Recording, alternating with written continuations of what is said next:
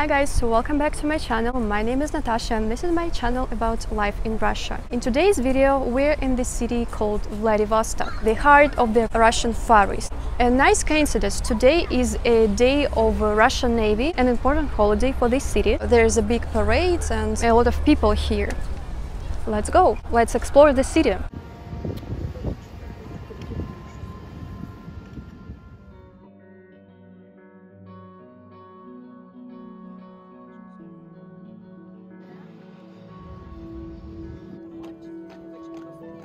Vladivostok is the largest Russian port on the Pacific Ocean and is the home to the headquarters of the Russian Pacific Fleet. That is why this holiday is so important here. I came to Vladivostok with my mom just for one day, and in this video I will show you the city center, embankment and some remarkable places.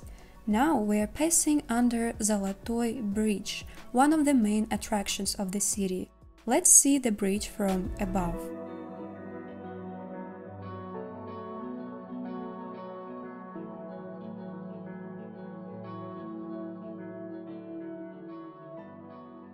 By the way, there you can see some tourist group, some Russian people from other cities. Now we're going to visit one more place. It's called funicular or a funicular, a cable railway. And this is one of the few places like this in Russia. Another funicular you can find in Sochi and in Nizhny Novgorod cities. So from there we will be able to see the beautiful view of Vladivostok. Let's go.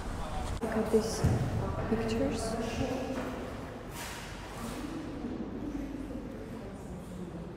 Female image and time.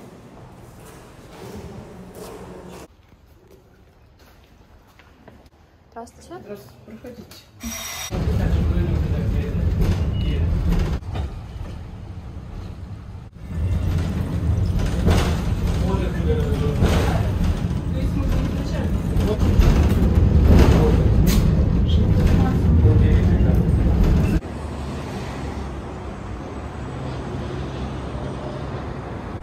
So this funicular is a very useful type of transport, but now it's mostly used by tourists, and from here you can observe the view of the city.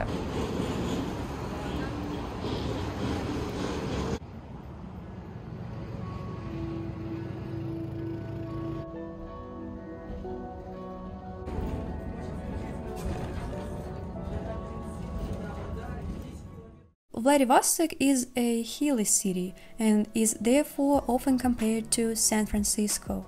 Houses are built at different levels, and here it is normal when the entrance of your house is at the level of the third floor. Vladivostok is the capital of Primorsky Krai, the region located in the southeast of Russia. The city's population is 600,000 people. It is the chief economic, scientific and cultural center of the Russian Far East.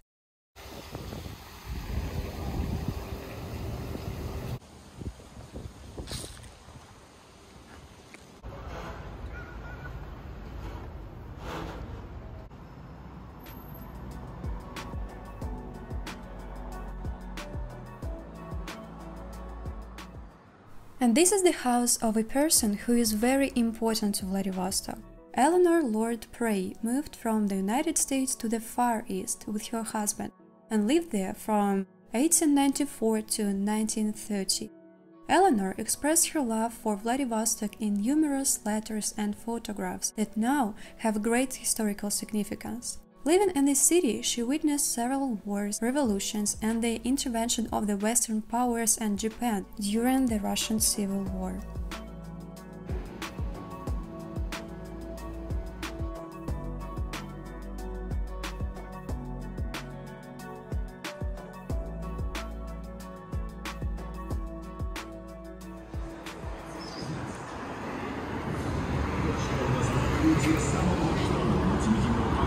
Now we are walking along the main street of Vladivostok.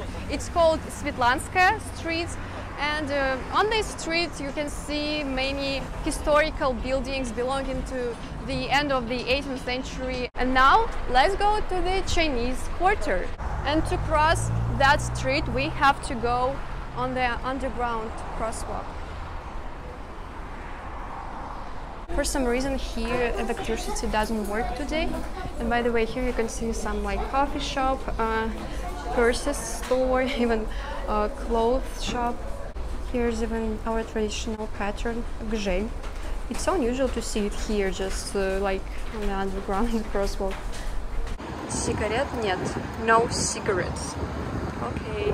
And now we are going to enter some fair.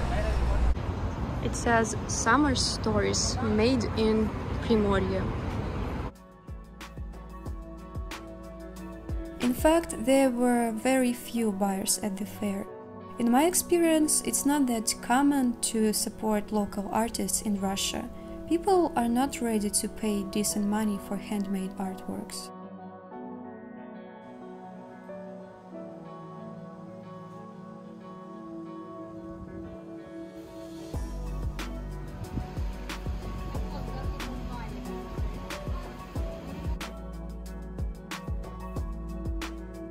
And now we are going to enter a really unique place. It is called Китайский квартал, Chinese quarter, and another name of this place is Milyonka. It comes from a Russian word million. It is just a set of really old houses, and now it's used for like business offices and some shops, some cafes. Убежище 14.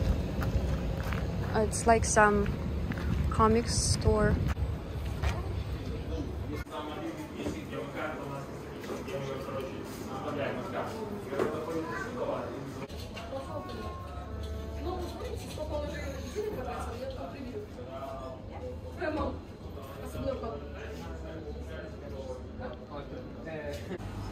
Somewhere it resembles an Italian village, but also it can look like some slums. Children are playing here. I found one section of this quarter, and based on this laundry, it seems that people live here in houses.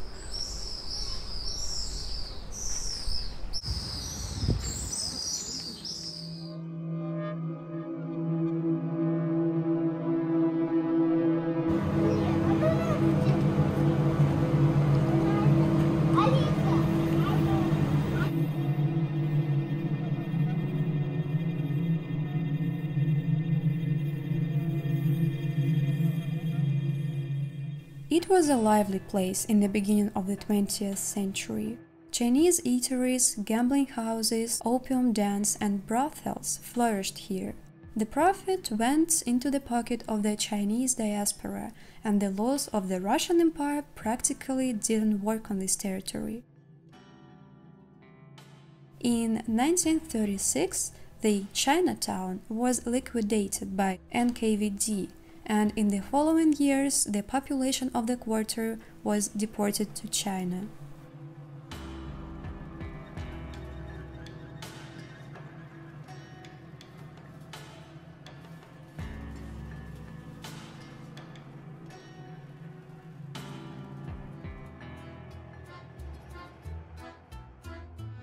Right after the Chinese Quarter, we got to an exhibition of samovars, a traditional Russian metal vessel for boiling water and making tea.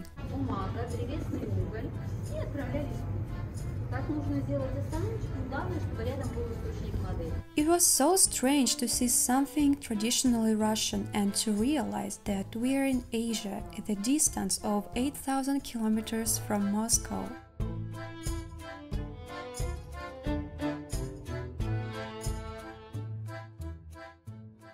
There is a lot of Asian influence in Primorsky Krai. For example, people here mainly drive right-hand drive Japanese cars.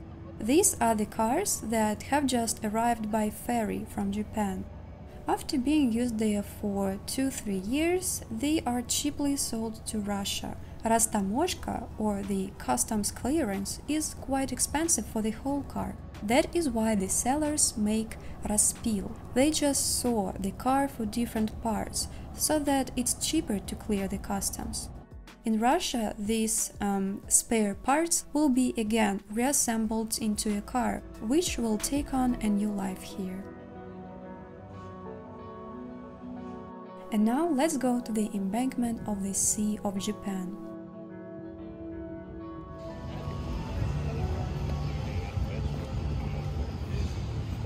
At first I was confused what these columns are supposed to mean, but then I realized that they show the comparison of the height of Vladivostok's hills. For example, this is Sopka Khabarovsk hill, and it is 231 meters. Here you can see like different sopkas or hills and their comparison.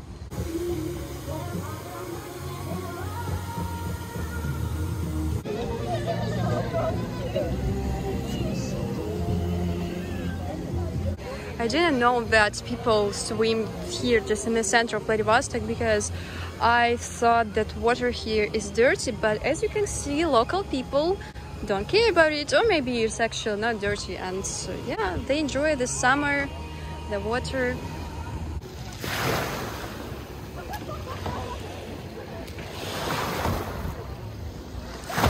Oh, let's go to this thing.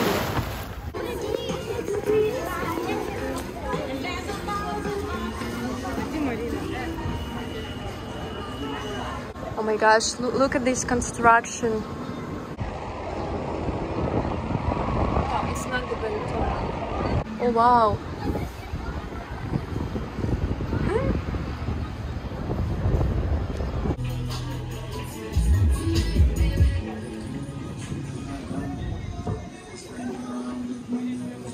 And now we're in the place that really reminded me of the Venice Beach in California.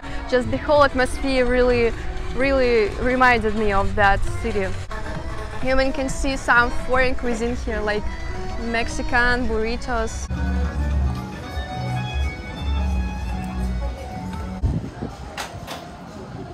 Is it Hawaii?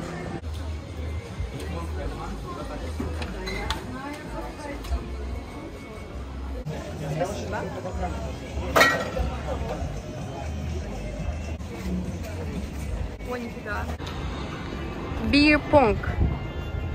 Imagine, guys, to live here in this high-rise building, and you can go to this pier every day and to swim in the sea.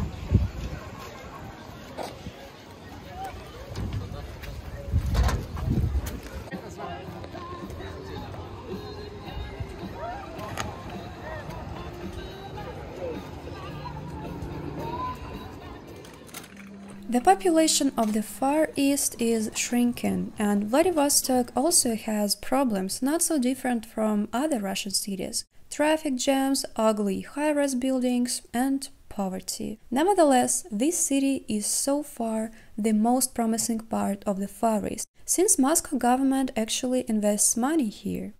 Last year I made a video about Vladivostok as well. You can watch it on my channel. But that video turned out really depressive. I'm glad that now I have some good impressions from this city.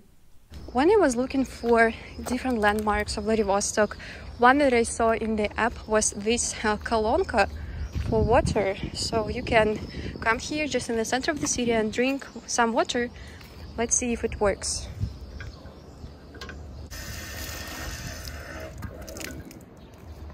In the Instagram, in real life.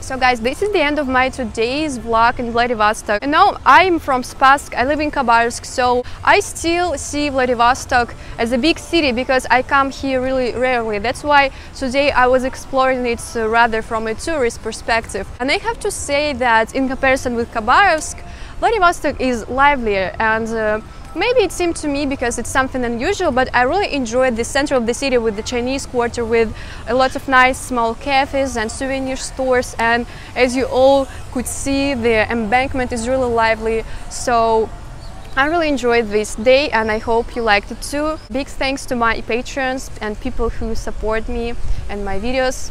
Stay tuned. See you in the next video. Bye. Пока-пока.